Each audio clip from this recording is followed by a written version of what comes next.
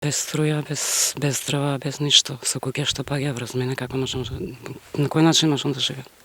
6 години вака живее Благица Стојанова во Пехчевското село Панчарево. На стути мраз без струја, без вода во куќичка која може да се распадне во секој момент.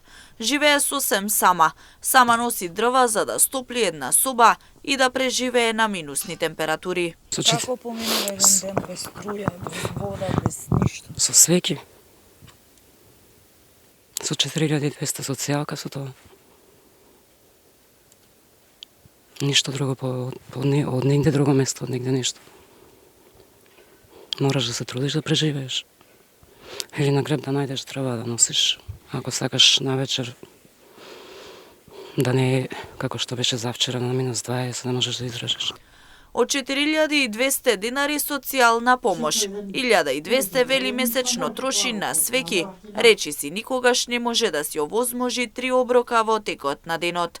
Пари има само за леп, а помош вели добива понекогаш само од црквата. Има кардиоваскуларни болести, проблеми со бубрезите и низок притисок. Стравува за својата иднина, оти како што вели пред камерите на Имнет телевизија. Нема кој да ја помогне за да ја преживее зимата. Најповеќе ми е проблем струјата и водата. И тоа да не падне врз мене. Ајде, со социјалка ќе се издржиш да јадеш или за леп, ама не можеш да се издржиш ни за дрва, ни за струја, ни за ништо. Зошто немате струја? Зашто ева не има исклучено струјата без да не обавести. Има сечено жици кога се селеле комшиите над нас. Ги исекли жиците без да не прашаат, без никаков долг да има таа куќа према Ивано. И сега уште бара 650 евра ја да платам, ја немам од каде. Немам од каде да ги најдам. А вода? Вода надвор, само таа чешма. Само тоа функционира. Колку да преживееш, да го поминеш денот.